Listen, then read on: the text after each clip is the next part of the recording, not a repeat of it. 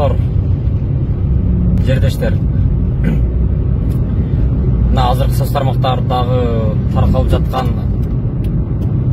бир таластык кыргыздын патриот чындыктын көзүнө жеткен бир жараныбыз кайрылган экен. Бакиев Курманбек Салиевичтен кечирим сурап.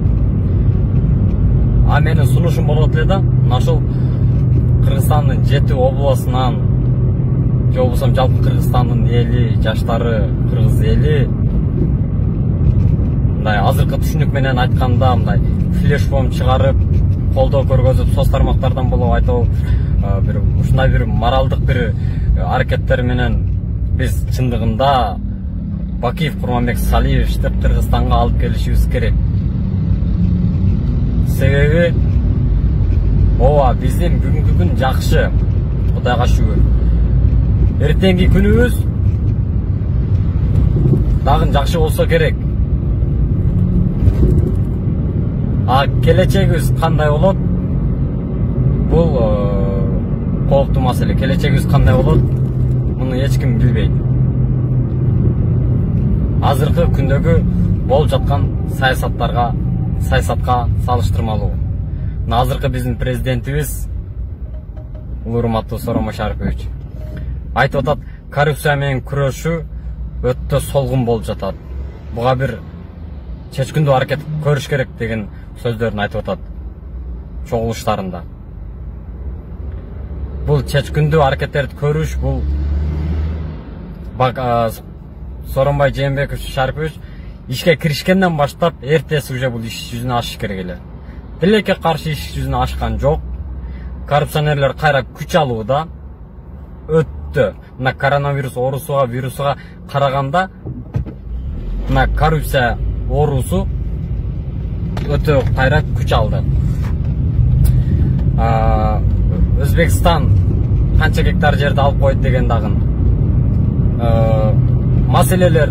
Мына Тажикстандагы ок атуучулар Бакиев учурунда мен ушул маселени мен укпаптырмын, же кичине болгондурмунбу, же анчалык.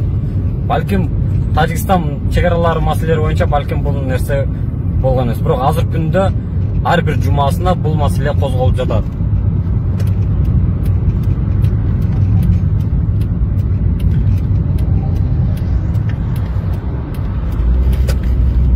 Ошондуктан урматтуу кыргыз элим, жердештер, Кыргызстандын эртеңки келечеги үчүн, өнүгүп өсүүсү үчүн чычкан сойсо да касап сойсун деп кыргыз бекерден айткан эмес.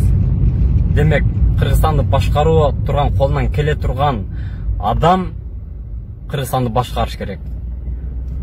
Бул тарыхка көз салуу менен, азыркы күндү назар кылуу менен, менин оюмча бул Бакиев Курманбек Салиевич.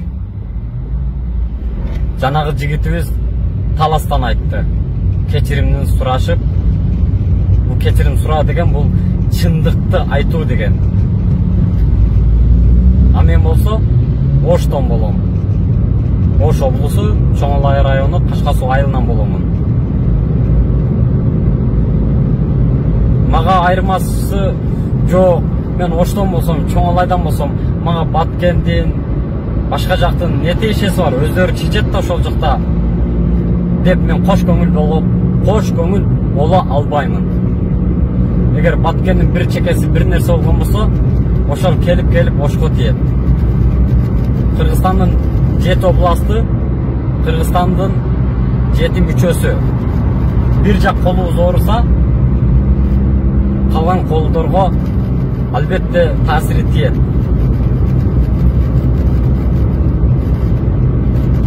Мына ошондуктан биз кайдыгер карабашыбыз керек.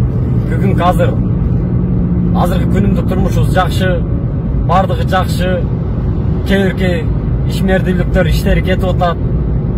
А бирок келечек кандай болот, эч ким буга кепилдик бере албайт. Мен Кыргыз Республикасынын ошондой эле Конституциясынын негизиндеги жаран катары, жарандык укугун катары, жеке жаран катары, ошо Кыргыз Республикасынын жарандык укугунун негизинде бардыңарга сунуш кылам, кайрылуу кыламын. Ошол Бакиев Курманбек Салиевичтин эмгегини баалап бир келечек үчүн бир аракет кылышыбыз керек. Билбейм бул канчалык деңгээлде ишке ашат. Биз Бакиев Курманбек Салиевичтин Кыргызстанга келүүсүнө канчалык деңгээлде аракет кылсак, Кыргызстандын да ошончолук деңгээлде өзгөрүү болот деген ойдомун. 15 күндүк жашоо, 15 күндүк өмүрүбүздө дагы болгон акыйкаттыкта болгон ишмердүүлүктү баалап, карап коюшубуз керек да. Сырттан карап, баягы эле саясат дегенибиз менен байкабай калбайлы келечегибиздин кандай болушуну.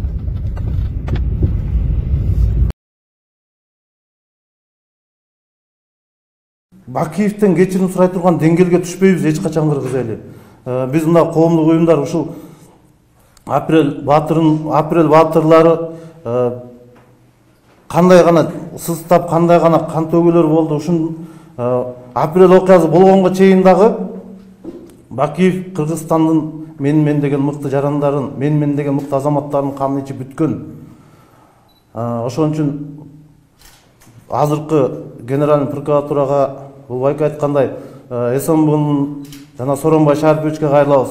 Бакиевдин командасындагыларды, Акаевдин командасындагыларды, Атамбаевдин командасындагыларды кийин мамлекетке ушул күнгө чейин чыккынчылык кылып, туура эмес саясат кылып, элди дүрбөлөңгө салып, элди ушул кыйын акыбалга алып келген саясатчылардын бардыгын бүгүнкү күндө жоопко тартыш керек.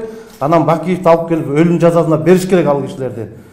Бакиевди дагы, Бакиевдин командасында жанагы окшогон былжырак ылжыңдап сүйлөп аткан, элдин атынан кечирим сурап аткан акмактарды дагы өлүм жазасына тартыш керек. Мына ошондо бизде акыйкат орнойт, чындык болот деген жакшы үмүттөрүбүз бар, Кудайым буйрса. Курманбек Бакиев Кыргызстан элине кайрылып атат.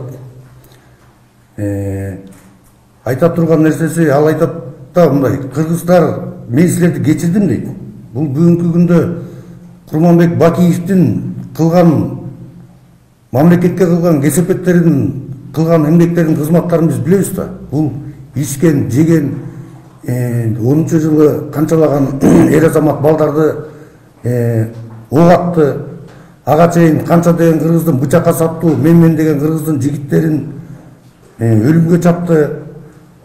Санап келсек, бери чети революцияга чейин 5 жылдын ичинде 60-тай эр азаматтын башын алып койду да.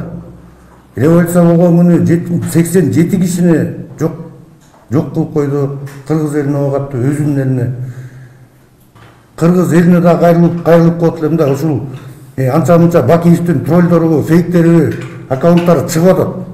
Ушул Бакиевдерди жактагандар кайсы бети менен ушул Бакиевди жактап канчалаган жаш балдардын өмүрлөрүн алып кетти, канчалаган ата-эне боздоп калды, канчалаган жетим жесирлер калды. Мы, значит, друзья, члены семей погибших, мы против того, чтобы Бакиев, значит, заявлял, делал такие громкие заявления, высказывания, значит, то, что он прощает нас всех революционеров, простил за то, что мы его не простили и никогда не простим. За наших друзей, за наших братьев, вот, за наш народ вот, в целом, я хочу сказать, Курманбек Бакиев, мы вас никогда сюда в Кыргызстан не пустим. Если пустим, то обязательно вы будете отвечать по закону. Перед законом Кыргызской Республики. К сожалению, да, вы сейчас спрятались, значит, в Республике Беларусь, но настанет день, когда вы предстанете перед законом и будете отвечать.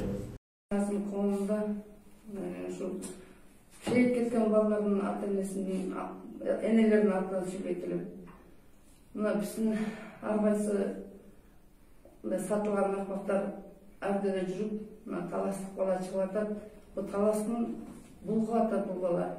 Бул бала даже революционер эмес экен.